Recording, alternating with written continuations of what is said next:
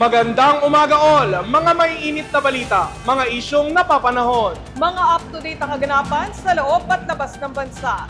Ihahatid namin sa inyo. Ito ang Mabilis lang to.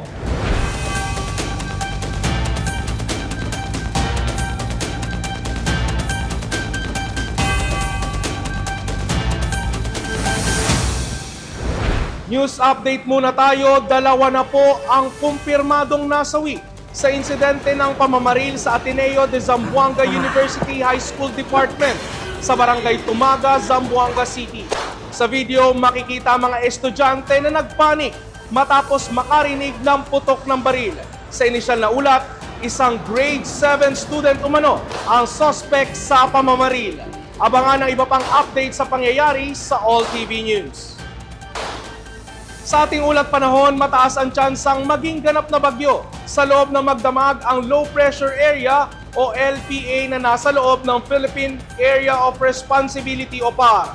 Patuloy din binabantayan ngayon ng Pag-asa ang isa pang LPA na nasa labas naman ng PAR. Oras na mag-iisang ganap na bagyo na ang LPA sa loob ng PAR ay tatawagin itong Bagyong Neneng. Babala ng Pag-asa, katulad ng mga nagdaang Bagyong Luis at Maymay, palalakasin nito ang habagat na sa kasalukuyan ay patuloy na nakakaapekto sa Luzon at Visayas. So yung weather advisory nga, yung mga malalakas na pag-ulan na inaasahan natin in the next 24 hours. So ngayong araw, 100 to 200 millimeters na mga pag-ulan posible sa may Occidental Mindoro, Cavite, Batangas, sa may Bataan, Zambales, Pangasinan, La Union at Benguet. Kapag 100 to 200 millimeters yung mga pag-ulan, yung flooding likely sa mga urbanized low-lying near rivers at landslide sa mga highly susceptible areas. Samantala, isa pang LPA na nasa labas ng PAR ang may katamtamang tsansang maging bagyo. Huling namataan ito sa layong 295 kilometers west-northwest ng Lawag City. Etong low pressure area na ito ay katamtaman ng tsansa na maging isang ganap na bagyo. Ganun pa man ay hindi naman natin ito inaasahan for now na papasok ng ating Philippine Area of Responsibility, bagkus ito nga ay kikilos papalayo ng ating landmass. Maaari magdulot ng pagbaha at pagguho ng lupa ang patuloy na pag-ulan, lalo na sa mga lugar na nakakaranas na ng malalakas na ulan itong mga nakaraang araw. Sa Huwebes naman, mas kaunti na mga lugar na posibleng makaranas ng malalakas na pag-ulan. Sa anumang coastal area ng bansa, gayunman, pinapayuhan ang mga mangingisda at iba pang maglalayag na mag-ingat sa hilaga at kanlurang bahagi ng Northern Luzon at silangang bahagi ng Mindanao dahil sa katamtaman hanggang maalon na karagatan. Malawakang pagbabaha ang inabot ng Metro Manila at malaking bahagi ng Luzon dahil sa epekto pa rin ng habagat. Ang mga klase nga sa paaralan, apektado dahil sa mga kanselasyon ng klase na aabot na sa 2 linggo.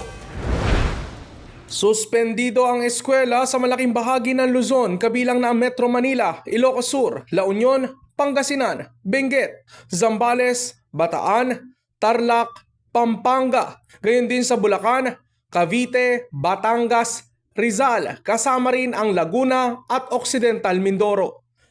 Sa Tondo, Maynila, mataas rin ang baha. Ang batang ito nga, ginawa ng swimming pool ang kalsada. Abot dibdib na baha naman ang sinuong sa ilang lugar sa Quezon City, pero makalipas ang ilang oras ay humupa rin ang pagbabaha. Pinasok din ang Masambong Elementary School ng tubig. Sinuspindi muna ng Victory Liner ang kanilang biyahe kahapon pa Northern Luzon dahil hindi na passable ang Balintawak. Gatuhod na baha naman ang inabot ng Pasay City sa Villamor.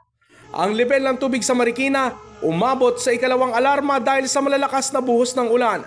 Lampas 16 na metro ang tubig.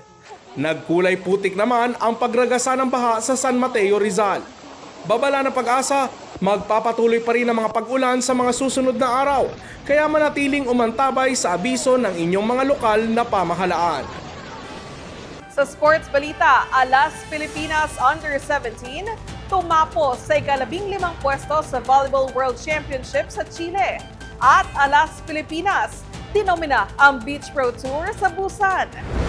Dinomina ng Alas Pilipinas ang FIVB Beach Pro Tour Busan Futures 2026.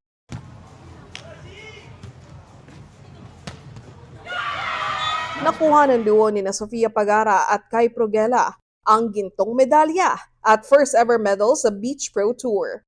Silver medal naman sina Cici Rondina at Bernadette Pons. Tinapos ng 13th-seeded Pinay duo ang tournament na may 7 straight wins kasama na ang panalo kontra sa 3rd seed duo ni na Bernadette at Cici, 21-18, 21-13 sa finals. Tumapos sa pang-15 pwesto ang Alas Pilipinas Under-17 out of 24 best national teams sa FIVB Volleyball Girls U17 World Championship sa Chile. Tinalo ng Alas Pilipinas ang higher-ranked Chiquia para kunin ang 15th place finish sa 4 na sets. Itong highest place ng Under-17 national volleyball team ng bansa sa world level at nalampasan na ang 19th place finish ng Alas men's team sa FIVB Men's World Championship noong 2025 na ginanap dito sa Pilipinas. Susunod, Day 17 ng impeachment trial, kanselado muna ngayong araw. Highlight ng Day 16, ating balikan. Motion for reconsideration inihain ng DOLE para ipatupad ang 85 pesos wage hike sa NCR.